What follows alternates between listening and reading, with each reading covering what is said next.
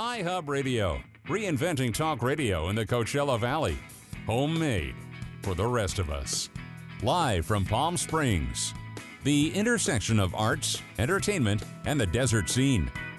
This is The Culture Corner with Bonnie Gilgallen. And good Saturday afternoon to you, and welcome to The Culture Corner on iHub Radio. Another beautiful day in the valley. Oops. I guess someone thought we were doing a best of today, but we're here live. So good. I'm cloned. I'm everywhere. Good Saturday afternoon to everybody. And on this, day when we're all it's still running. Okay, there we go. Okay. We're going to get, it's live radio. Things happen with live radio. Brian's ably running the board, so we're now going to take care of it. So anyway, we're here on the Culture Corner. We're actually here live, but we're practicing safety measures. I'm here with Eric Frankson, who is my love, and we live together. So if one of us has, we already have it, and we're staying feet away from Brian, my board up, and my other guests today are on the phone. He doesn't have it either. He's in a bubble. So, and this building is so small, we only have 4 people in here at a time anyway. So we're staying safe. But I felt it was important to do a special show today on how this craziness, this pandemic, this virus, has affected people locally here in the valley, particularly entertainers, musicians, singers, theater people, which Eric and I both are, and many of our friends, perhaps most of our friends, are performers, and it's really hit these folks hard. The gig restaurants, hotels, performers, the gig economy, if you will, it's all gone. It's all gone. All those jobs, 99% of them anyway, are gone. And it's tough, and people are having to figure out how to deal with that. So I thought, well, who better to talk to this about than Eric Frankson, who is a professional musician, and that's pretty much his whole thing now. He does teach violin lessons. I do, and I've been working on him to get some other multiple streams of income coming in, because you never know. But he's been hit hard. I mean, we're doing 6 nights a week, and 7, they're all gone. Yeah, all the gigs are gone. Yeah. So well, tell people who are not musicians, what's the reality of this? How does this affect you? I mean, this is a big deal. Well, I tell you what, being in a Valley musician is a little bit different than being a musician maybe in L.A. or Nashville or other places, just because we only have a 6-month season.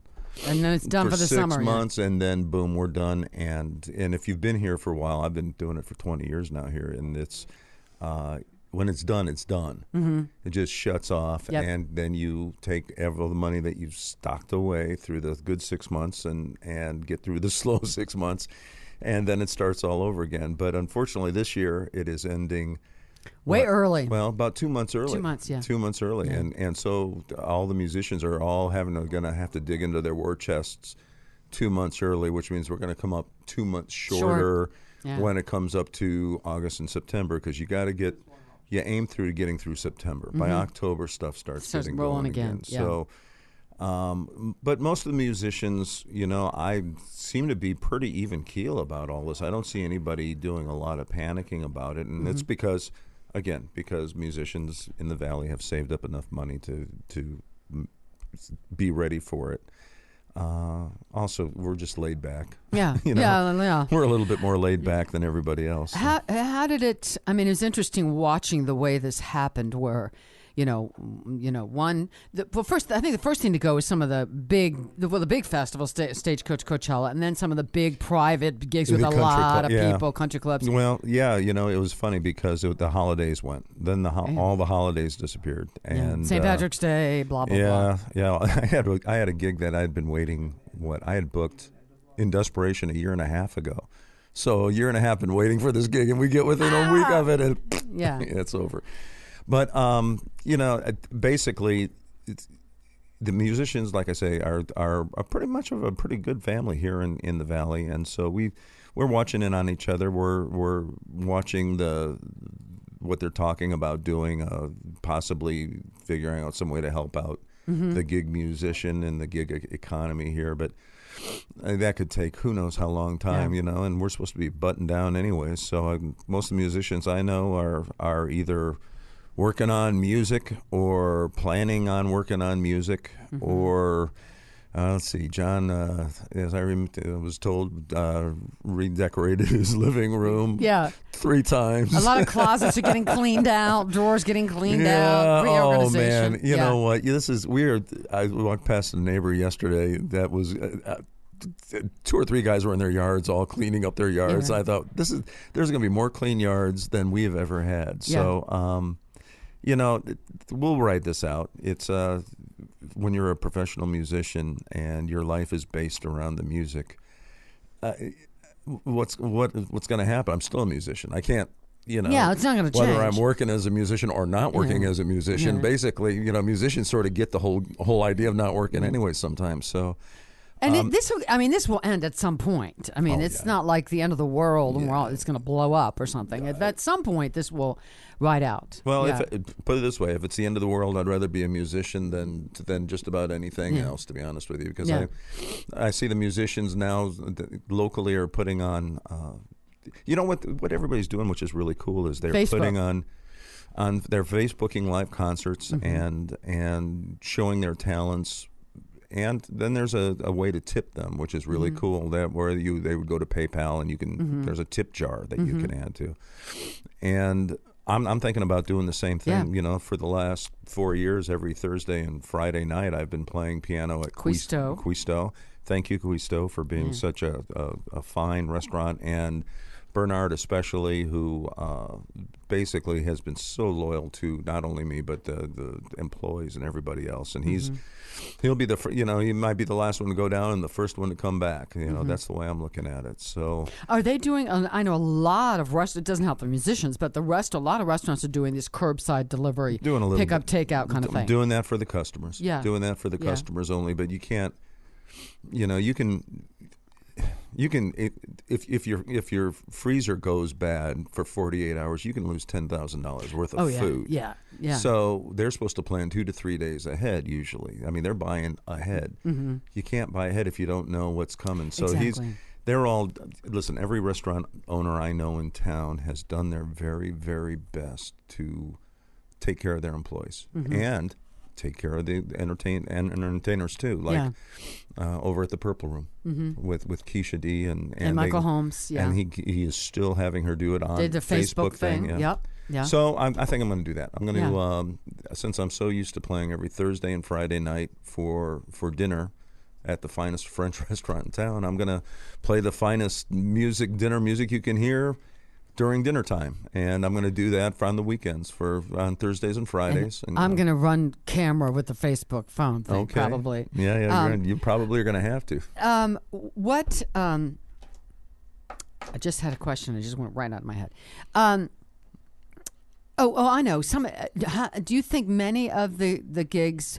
You think some of them will just be postponed and whatever? It'll be a deal in the fall or whatever. I heard. Actually, I wanted to say that because these gigs aren't gone. I mean, I lost on hold. Basically. I lost. Let's see, 2 months. It's 8 weeks, and I'm doing. So just give us an estimate. About 50 gigs. Yeah. Okay, so I lost about 50 gigs, but I didn't lose them. Yeah. They're just being put on hold. Yeah. When that comes back, I know that I will be back with those gigs because they're really good gigs. I mean, the other thank you has to go to Vicky's of Santa Fe. John Stanley King had me and Bob Danny Hamilton and Danny Flayhive and Patrick Meacham. Cowboy music on Mondays. Yeah, it's fun, all the bluegrass stuff. And we really tore it up, and people just loved it. I mean, it's really one of the neatest, fun things you can do. It's in the Valley. It's a little bit of history. It's a little bit of schmaltz, and everybody loves it. But so thank to the Mark and Mark over at Vicky's of Santa Fe for keeping so many employees, musicians employed. Oh my God, those guys! Those guys deserve an award. So, needless to say, chances are, I really believe we'll be back. I was told this years ago by the retired vice president of Chicago Bank, one of the major Chicago banks, and he said that, do you know, in our valley during the season, 60% of the nation's wealth is represented in our valley. 60% come here to play and be here. That's pretty impressive. Yeah, and the thing is, if you think about that, he said one thing you can be sure of, and that's this. Our valley is going to be the very last to feel the recession, and it's always the first to come out of the recession. Now, do you think that's really true? Yes. Okay. Yeah, well, it's wealth. I mean, that's why we're... It's helpful to have, We're hoping that it just all works out just like I just said. Yeah. It's going to be just fine.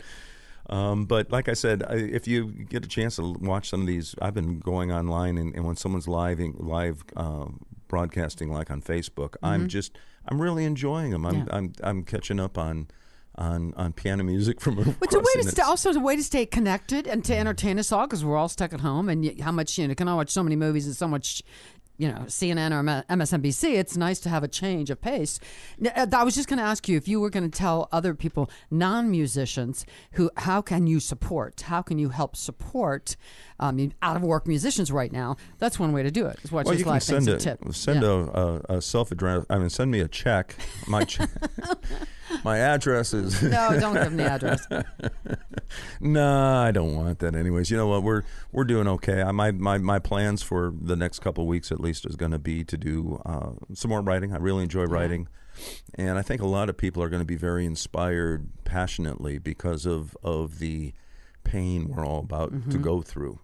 And pain is amazing to get musicians going and doing great something. Teacher for a lot of people. Yeah, I think a lot of people are going to find you have to. I mean, the way to use this, instead of just sitting around being depressed and bitter and angry, whatever, is find ways to make this time useful and productive. And whether it is writing lyrics, coming up with new music, learning new music, reorganizing your closet, woodshedding, whatever it is, we sitting down and having richer relationships with your family that you live with, that you already in your household. There are ways to make it productive. I just thought of one thing also that's really important about this, and that is, as a musician, there's one other thing you should be doing while you're doing nothing, and that is to do nothing. I mean, most of the musicians I know for the last 3 months have been going on strong. Yeah, you have to rest 5, and 6, recharge 7 too. nights a week, 10 gigs, 12 gigs a week. And this is a chance for us to rest our chops, get everything into shape. Rest because your body and your mind. It's all going to be coming back.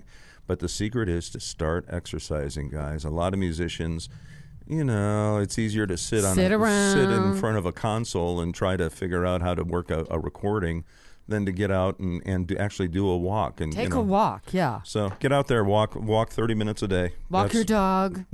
Or just walk. Or run. And walk, get out in nature. And I mean, it is a beautiful valley. I mean, it really is a beautiful valley. But my point is this, that when we come out on the other side, which we will come out on the other side, for the musicians to be in the best shape possible, because there will be demands of you even then. And it's going to start back in again. It's easy to get soft, but desert musicians are very tough. We lift tons of crap. Always carrying keyboards and speakers around. We carry crap into buildings and out in all summer long, and the heat and the cold, and we'll be fine. Musicians will be fine. We're tough. We're all hanging in there. All right. Okay, coming up in just a minute after the break, we're going to talk on the phone to VJ Hume, who's my fellow reviewer in CV Independent, to talk about how this virus has affected the theater community. We'll be right back on the Culture Corner.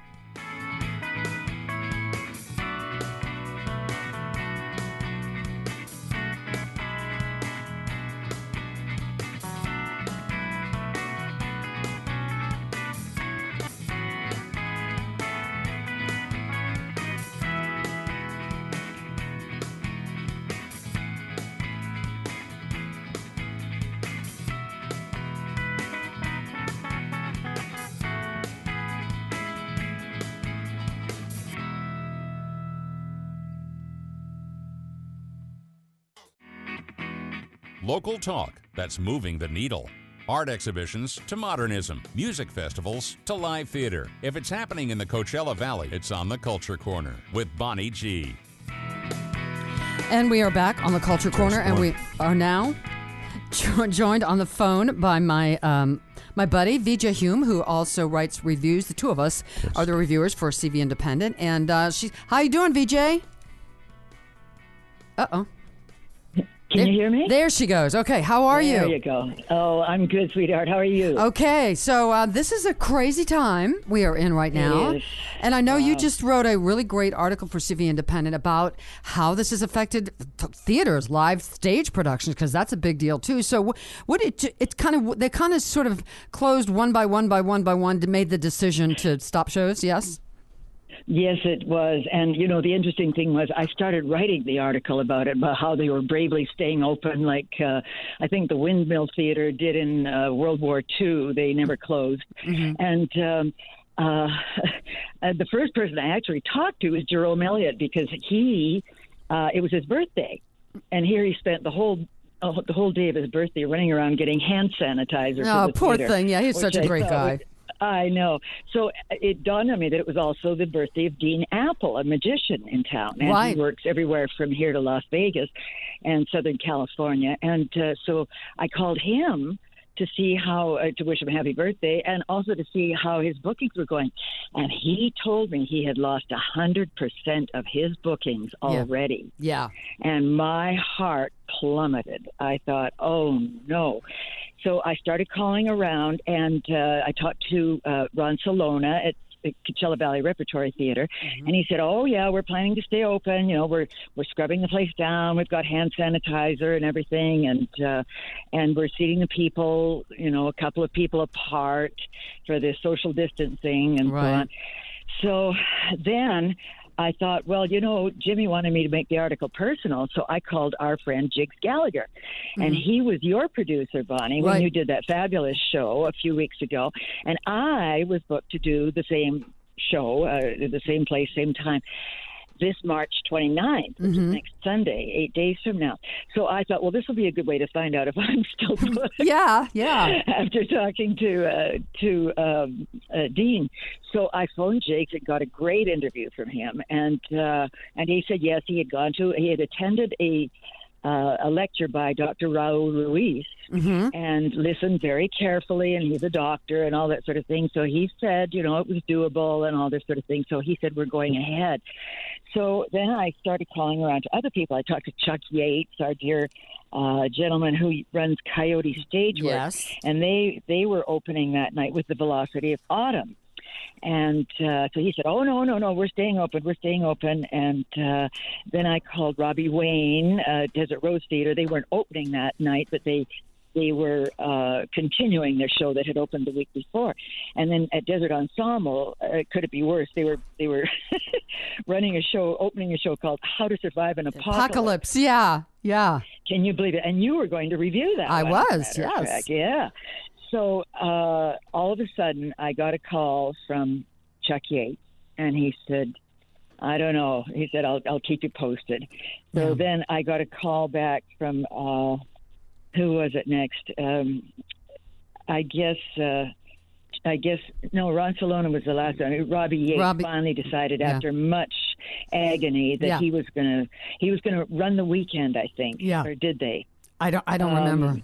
I don't remember either. And so anyhow, but he said they were finally going to close. And then Desert Ensemble Theater Company decided not to do Apocalypse. Right. And then Ron Salona finally called from CD Rep, and he said that they were going to close, but he didn't want me to announce it because they still had 3 shows left in that weekend, and he wanted to do all of them. So I didn't clock in with that one. But then Jigs Gallagher called me back and said that we were canceled, and I was crushed. Yeah. I was just crushed. It made me realize, Bonnie, I've never had a show canceled before. Have you? I'm trying to remember. It would have to be something as apocalyptic. Yeah, it has to be a real big reason. Yeah, exactly. So anyhow, then Chuck Yates phoned and said, "Yeah, we've decided to close." And so one by one, they all went dark. Yeah, and it was unbelievable. And it was interesting for me to be going through the closing of my show at the same time that all these people were trying to choose the right words to talk about how they felt about having their shows closed, because nobody ever saw this coming. Yeah. Let me ask Yeah, go ahead. Let me ask you something. As a theater reviewer, and I know you've been in the town for a while and part of the theater community, how do you think this is going to? How do you think this is going to ultimately resolve itself? Do you think? Theater is resilient, just like musicians. I think once the fall comes, this rides out, and the fall comes back, that it'll be back stronger than ever. Don't you think?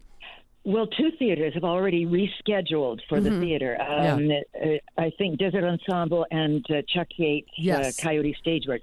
And then they have announced actual dates in the fall. And they're just going to close for the summer. Yeah. And, actually, Coyote has some readings and so on that go on. And they're not smaller things, fundraisers as such. Yeah. But, how it'll play out is anybody's guess. It could be Jake said maybe we can do it at the end of April or in May. We'll see. Yeah, we'll see how fast this kind of fixes itself. Or it could be autumn. Who knows? Well, VJ, thank you so much. Stay healthy. You and Ted, stay healthy, stay safe, and thank you again for all of your great work with CV Independent and for kind of enlisting me to write the reviews too. I owe that to VJ, but you've turned out to be a star, honey. You really grew in this. Thank you. Well, I think your article is great. You should check out her article on CV Independent online about the theater situation right now. Stay safe. Thank you. My love to Ted. Thank you, dear. We'll talk soon. You. Stay safe. Love to you. Okay. Bye-bye, dear. Bye-bye. We'll be back on the Culture Corner in just a minute.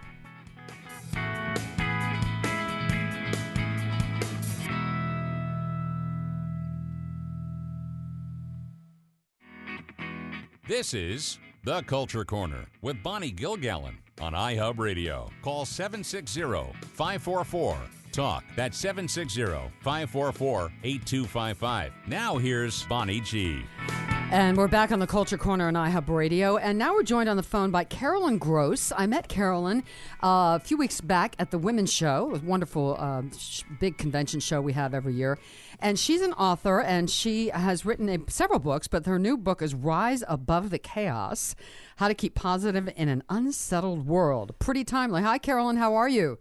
Oh, hey, Bonnie. I'm great. So glad to be with you. Before we get into your book, tell us just a little bit about yours. So you speak all over the place. You have TV appearances all over the place. Tell us a little bit about your background and how you got into this line of work. Well, an early burnout in my 20s when I was trying to be ambitious and succeed. I had to channel my ambition to getting myself back together and learn some self-care strategies. Mm-hmm. And so that became a passion of, how can we be successful but not be out of balance and actually enjoy our success rather than be chasing after it all the time. Okay. And then, of course, burnout is its own health condition. But it really propelled me to realize that there's a lot of different kinds of success, but don't forego enjoying the journey, even if there's some chaos along the way. Yeah. So that was my first chaos. I've had many chapters of chaos since, though. Okay, so we'll get into detail, but number one, if you had to go down, 1, 2, 3, 4, 5, maybe the most important thing for people to do or to realize in times of crisis like we're in right now, what's the most important advice you would give them? Well, I'm going to talk about rising above the chaos, mentally. And the first thing is you've got to get to gratitude rather than stay in fear.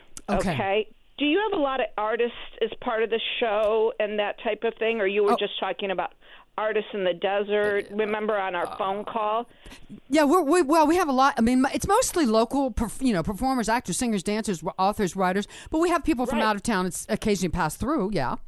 Yeah, well, the thing is, if whoever's we're going through right now, we are going through a burnout of sorts, if you will, globally, meaning, all of a sudden our life has just screeched to a shocking halt. Yeah. And so how do we react to that? Now, if we plug in to all the latest news and the projections, some people need that and a lot of people don't. You know what I mean? Because as soon as you start getting out of your mind crazy, trying to figure out, if you're going to be homeless, or for God's sakes, don't fall, because if you hurt your ankle or your leg, you don't want to go to the hospital. Right. I even hear this on dog walks. People are like on the phone going, yeah, I'm walking, but if I fall or anything, I won't go to the hospital. So first thing is we have to start awfulizing and projecting things that haven't happened. Mm-hmm. Okay, so staying in the moment, but really for me, the thing, because you know how they'll say, oh, you can't have fear if you have faith, or you can't, you know what I mean? Mm-hmm. That thing. But for me, when I just sit in gratitude, like, look at my house, look at my living room, look at my husband or dog, or both of them at the same time, and go, you know, I like you guys. Yeah, absolutely. You know? And that shifts. Because I'm going to get over to the immune system with that. We really dampen our immune system, let alone our whole energy field. And if we've got to respond creatively to this chaos we're in, which don't you think we all do? Well, yeah. Well, that, and the more yes, I think the more creative you can be, and the more gratitude, that's what's going to save everybody through this. Yeah. Yeah. So the creativity comes from being calmer. You know, it doesn't come out of anxiousness. We don't make our best decisions or choices out of being anxious. Right. So we just, I mean, you know, it's funny because in my book I talk about rest is one letter from reset. Oh, I love that. Yeah, that's great. So we are getting rest right now. Mm-hmm. And so if we can just put into our day that I'm resetting, you know, my belief about how life has to be, and also even resetting. If I've been so busy creating a lot of success and that's come to a screeching halt, where have I not been taking care of myself or my health? How can I reset and focus on that right now? Absolutely. Yes. You know, I've always, and I've heard this, I've read this, I didn't come up with this, but I've read this other places that, you know, I'm a big fan of Louise Hay and Wayne Dyer, that sometimes minor, forget something like this, not that this is a big deal, but it's smaller deal, when you just get a cold, or you just get, and so you have to take a few days off, that sometimes that is sort of the universe saying, you needed to slow down, and if this is the only way we can get you to slow down, then we're going to make you sick. Because sometimes we push ourselves so hard, everybody's running, trying to make money, that sometimes we forget that self-care. And so that sometimes you have to take a situation like this and look for the silver lining. And one of them is, how can you take care of yourselves, rest physically, mentally, emotionally, so that when this is over and you're kind of back in the rat race, you're ready, you know, and you're not depleted. And there's something to be said. You know how we've been having super bugs, like these flus and stuff, the last several winter seasons? Yes. It seems like it's gotten worse and worse, and you know, there's tents outside of hospitals. So this, one of the gifts, so I call chaos the great teacher. Yes. Okay? And that's the position I've taken on it since I burned out. You know, and I burned out before cell phones, so you know what I mean? I really had to be ambitious to do that. Okay. But anyway, what I'm saying is we have to, Lord, you know, I just had something so brilliant to say, and then it went a little bit sideways on me. Can you bring me back to it for a second? Well, I'll try.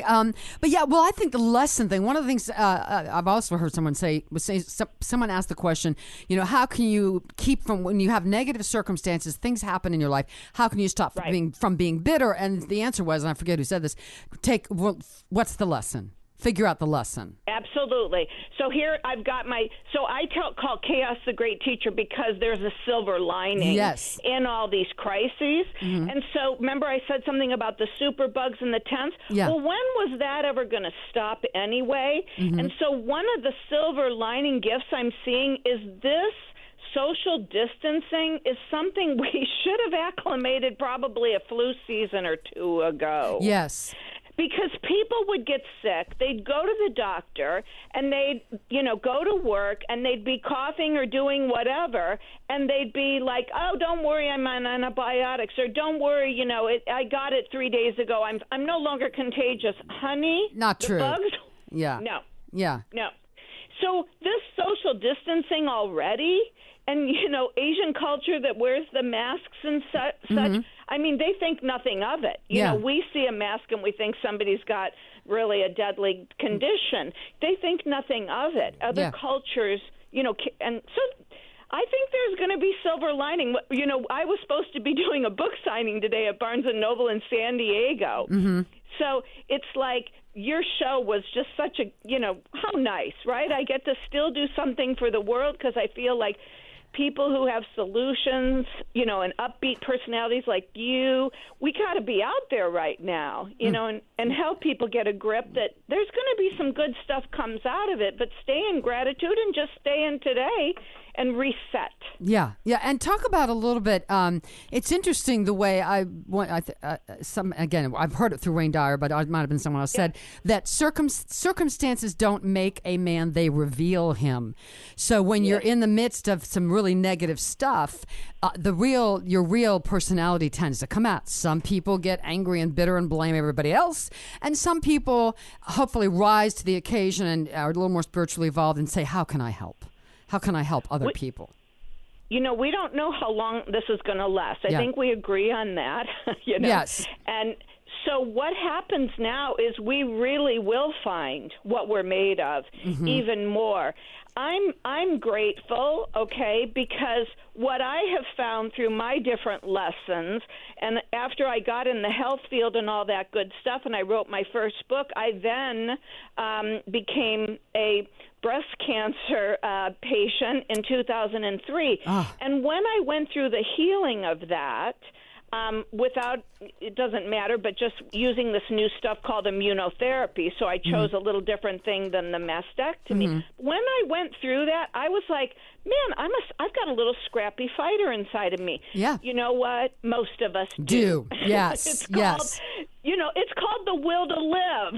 And being a survivor. Yeah, absolutely. You know what I mean? And when you survive a burnout, when you survive a divorce, when you survive a job loss or a bankruptcy or whatever, or a disease, you know, you kind of find that scrappy little fighter. And then whenever the next chaos shows up, which it will. Yep. You know? You can handle it much better. Yeah, absolutely. So let's go back for a second. So gratitude, self-care, rest, recharging. And what else? What other advice would you give us? You know, I have a funny one. I think this is one you're not going to expect. Okay. So do simple pleasures. So I bought these cowgirl boots in Nashville. Okay. I pulled them off the shelf, and I've been wearing my sassy little cowgirl Nashville boots all around the house. No, I wore them to work. Okay. I wore them all week because they made, you know, that was a great time for me when I went to Nashville. So find little things in your closet, in your life, in your that make you smile. Got them in the cupboard. Pull out some pictures. Pull out some boots. Pull out a great outfit. You know, I mean, simple pleasures right now are important. Yes, absolutely. Yeah, and like my cowboy boot thing. And then in terms of stimulating the immune system, first of all, we got to be relaxed to make good decisions. That's going to be helpful too. Yeah. But one thing, everybody's doing it already, but if you start getting super stressed and about the future, that means your amygdala, the frontal center of your brain, has taken over, and you've got to now hijack that because you've got to stop that awfulizing and laughter power. Laughing, comedy. Don't feel bad about it. Take a hot bath. Take a long shower. Don't feel bad about it. Go work in the yard. You know, if you have a fireplace, build a fire. Light 10 candles. I mean, there is something about what we're going through that feels like, I remember the good old days when there wasn't a lot of traffic. Exactly. You know? Yes. Yeah. Pet your dog. Yeah. I love hot baths, candles, laugh, pet your dog, play board games, you know, get to know your family on a different level. But absolutely, you know, you've got really go back to those simple pleasures and, you know, and not being out on the freeway and fighting traffic every day. Absolutely. So, going forward, once this all passes, which it will eventually, how can you sort of if you've done all those good things and stayed positive and reset and taken care of yourself in gratitude, how can you hold on to that when things are a little more normal? What's the key to holding on to that? Onto this precious gift that we're getting? Yes. Well, don't forget it, first of all. Okay. So even jot a few notes, or however you make records in your life. Some people go out and take a bunch of pictures. Yeah. Make a record. I mean, this really is kind of a special time. Yeah. And by the way, we also need other people. If you have any riffs with people, it's a Heal really them, good time mend to them. text them. Yes. Yeah, well, come on. Carolyn Gross, we are out of time. But get this book, Rise Above the Chaos. I'm going to find this because I need it. Rise Above the Chaos, How to Keep Positive in an Unsettled World. Carolyn Gross, thank you so much. Hope to see you here live one day in the studio. I'll be there. You just let me know when. Okay. Thanks, Bonnie. Thanks for your good show. All right, thank you. All right, we'll be right back on the Culture Corner. Local talk that's moving the needle. Art exhibitions to modernism, music festivals to live theater. If it's happening in the Coachella Valley, it's on the Culture Corner with Bonnie G. And we're back on the Culture Corner here on iHub Radio. So we wanted to do this special show today to talk about how the coronavirus and the social distancing and all this sort of shutdown we're under and everything, how it's affected us. But I wanted to end on an upbeat note. So I asked Brian Mendoza, who is my board op, but also has his own show called Flicks and Picks, all about movies that's was on right before the show. I asked him to put together a list of some of his favorite feel-good, happy movies that maybe you could watch or stream or whatever during this time. So what'd you come up with?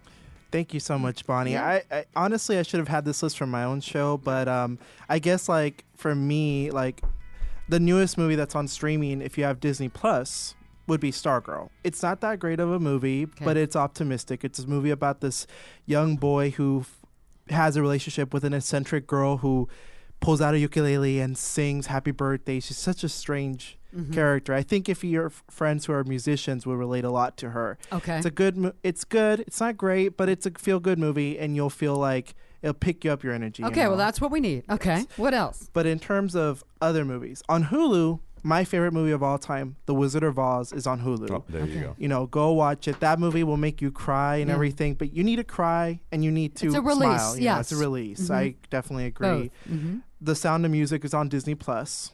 A lot of these are on Disney Plus, by the way. Yeah, okay. Most movies. Yeah. I was going to say Mary Poppins. Oh, yeah. Oh, there you Disney Plus. And the sequel, Mary Poppins Returns, is also on there, so I recommend both of Was those. Was that good? I didn't see the second one. Was it good? I loved it. Okay. I would say that the only thing people didn't like about it was the music, and I thought, you can't really compare. It's hard to top the original Mary Poppins with that. Yeah. No, I agree, Yeah. and you can't compare 50 years of music that people listen to a new song. Yeah. People are not used to it. It takes a while to get. Yeah. Well, wait till you hear Sound of the Music 2 coming up. I'm telling you. Sound music too. But that woman, Maria Von Trapp, she had such a life that a sequel would make sense. Well, yeah, it would actually. Yeah. And on Netflix, Hairspray. Okay. Yeah. The 2007 version of Hairspray. Now, is that the one with John Travolta? Yes. Yeah. Okay. The one with Divine, I think, is on Hulu, but I'm not entirely sure. I would recommend either one, but But again, I'm limited into movies you can stream without renting. Well, John Travolta in drag as a woman is just kind of fun to watch anyway. So okay. And I was also going to say, and these are the ones I think are worth renting. You can rent these on YouTube for $3.99 and Amazon Prime. So it's not going to cost you a lot. Yeah. And just bear in mind that Disney Plus would be my best streaming Suggestion. service. Yeah, okay. If you want happy movies, because you get Snow White and all those movies. Yeah.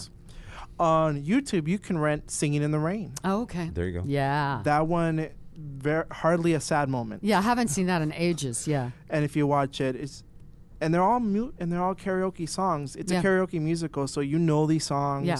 And I bet some of your friends have actually sung this song. Oh, some I'm of these sure. songs. Oh, yeah. And then Meet Me in St. Louis. Okay. Yeah. That one's pretty sweet. Yeah. And then The Umbrellas of Cherbourg. I never saw that. But that's what is the song that's from that? Shout of Your Smile? No. There's a big song from that.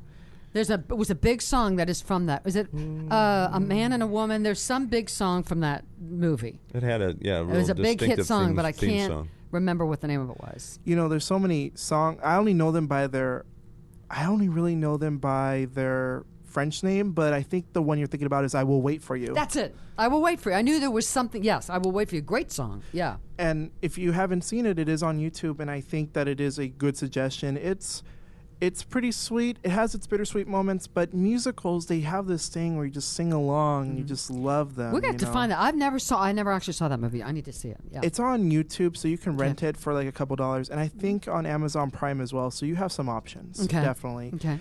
And by the way, YouTube does let you rent the movie for about 2 days. So if you don't finish it right away, you have 2 days to do so. Okay. And you're going to be staying home anyway, so might as well. Yeah, yeah. And some of my favorite movies to watch during troubling times are Swing Time and Top Hat.